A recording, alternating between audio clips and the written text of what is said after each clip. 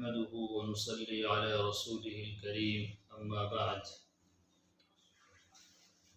محترم سامعین،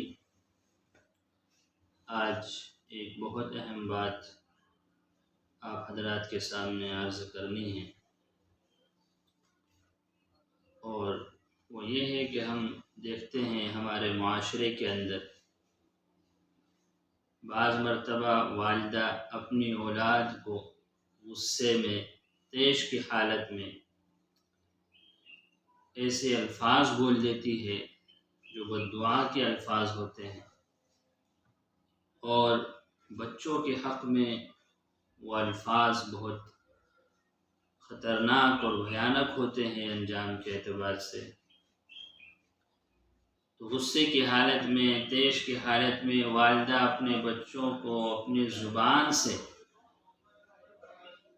بددعا کے الفاظ بول دیتی ہے، اور اس وقت اس کو احساس نہیں ہوتا، لیکن جب وہ بددعا کے الفاظ اور وہ بددعا اللہ کی بارگاہ میں قبول ہو جاتی ہے، اور وہ پریشانیاں اور وہ مصیبتیں، وہ آفتیں، وہ تکلیفیں آنا شروع ہوتی ہے بچوں پر، تو پھر بچے بھی روتے ہیں اور والدہ بھی روتے ہیں، اور انہیں احساس نہیں ہوتا، معلوم نہیں ہوتا کہ یہ ہو کیوں رہا ہے، یہ پریشانیاں، یہ آفتیں، یہ تکلیفیں کہاں سے آ رہی ہے۔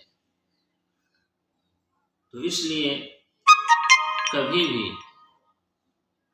والدہ اپنی اولاد کو بددعا نہ دے۔ غصے کی حالت میں عام طور سے دیکھا جاتا ہے کہ والدہ اپنی اولاد کو کچھ سے کچھ بول دیتی ہے اور زبان سے بددعا کے الفاظ نکال دیتی ہے، جس کا انجام بہت خطرناک ہوتا ہے۔ اسی سلسلے میں ایک واقعہ آپ حضرات کے سامنے عرض کرنا ہے، ذکر کرنا ہے۔ شیخ عبد الرحمن السدیس حفظہ اللہ، پورا عالم ان کو جانتا ہے۔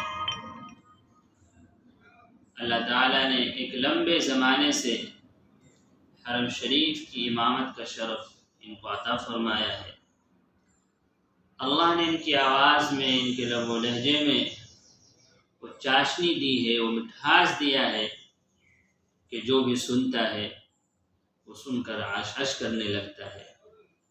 پورے عالم کے اندر ان کے لب و لہجے کی نقل کرنے کی کوشش کی جاتی ہے۔ اللہ نے ان کو بڑی مقبولیت دی ہے۔ یہ خطبے کے دوران ایک مرتبہ اپنا واقعہ بیان کرتے ہیں اور ذکر کرتے ہیں کہ بچے ہیں، بچوں میں کچھ نہ کچھ شرارت ہوتی ہے، وہ کچھ نہ کچھ غلطی کرتے ہیں، لیکن ایک دن مجھ سے ایسی غلطی ہو گئی کہ میری والدہ کو بہت زیادہ غصہ آ گیا۔ میری والدہ میری اس غلطی کی وجہ سے طیش میں آ گئی، اور ان کی زبان پر میرے حق میں بددعا کے الفاظ آ گئے، لیکن جب انہوں نے بددعا دینا چاہا غصے کی حالت میں، طیش کی حالت میں، اللہ تعالیٰ نے ان کی زبان پر یہ الفاظ جاری فرما دیے کہ جا اللہ تجھے حرم کا امام بنا۔ آج میں جو بھی ہوں یہ میری والدہ کی دعاؤں کا نتیجہ اور اثر ہے، اور غصے کی حالت میں جو انہوں نے مجھے الفاظ بولے ہیں یہ اس کا اثر اور نتیجہ ہے۔ وہ ذکر کرتے ہیں کہ غلطی کیا ہوئی۔ ایک مرتبہ والدہ محترمہ والد صاحب کے لیے کھانا بنا رہی، اور جب کھانا بن کر، سالن بن کر تیار ہو گیا، تو میں نے ایک مٹھی مٹی کی بھر کر سالن میں ڈال دی۔ اب بتائیے، پکا ہوا بنا ہوا سالن ہے، اور اس بنے ہوئے سالن کے اندر مٹی ڈال دے تو کتنا غصہ آئے گا، کتنا طیش آئے گا۔ لیکن ان کی والدہ نے اس غصے اور اس طیش کی حالت میں اپنے آپ پر کنٹرول کیا، اور جو بددعا دینا چاہی تو زبان پر یہ الفاظ آئے کہ جا اللہ تجھے حرم کا امام بنا دے۔ اور یہ آج اسی دعا کا نتیجہ اور اثر ہے۔ تو ہمیں اور ہماری جو مائیں ہیں ان کو سوچنا چاہیے کہ غصے کی بھی حالت میں اپنے بچوں کے حق میں بد دعا نہ کرے، زبان سے غلط الفاظ استعمال نہ کرے، بد دعائیں نہ دے۔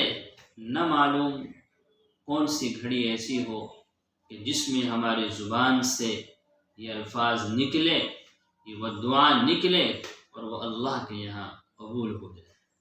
یہ حقیقت ہے کہ اللہ تعالی بچوں کے حق میں ماؤں کی دعا بھی قبول کرتا ہے اور بد دعا بھی قبول کرتا ہے۔ اس لیے غصے کی حالت ہو، خوشی کی حالت ہو، کسی بھی حال میں مائیں اپنے بچوں کے حق میں بد دعا نہ کرے، بد دعا کے الفاظ نہ نکالے، غلط الفاظ نہ نکالے، ہمیشہ اپنے بچوں کے حق میں دعائیں کرتی رہے، ان کو دعائیں دیتی رہے، ورنہ غصے میں الفاظ تو نکل گئے، بد دعا تو دے دی اور اللہ کے یہاں وہ قبول ہو گئی، کہ جب اس کا اثر، اس کا نتیجہ سامنے آتا ہے، بچہ بھی روتا ہے اور والدہ بھی سر پکڑ کر روتی ہے۔ نہ معلوم یہ پریشانی، یہ آفت، یہ مصیبت کہاں سے آ گئی، ہمیں معلوم نہیں ہوتا، لیکن حقیقت میں وہ ہماری اس بد دعا کا اثر اور نتیجہ ہوتا ہے۔ اللہ تعالیٰ اس سے ہماری حفاظت فرمائے۔ السلام علیکم ورحمۃ اللہ۔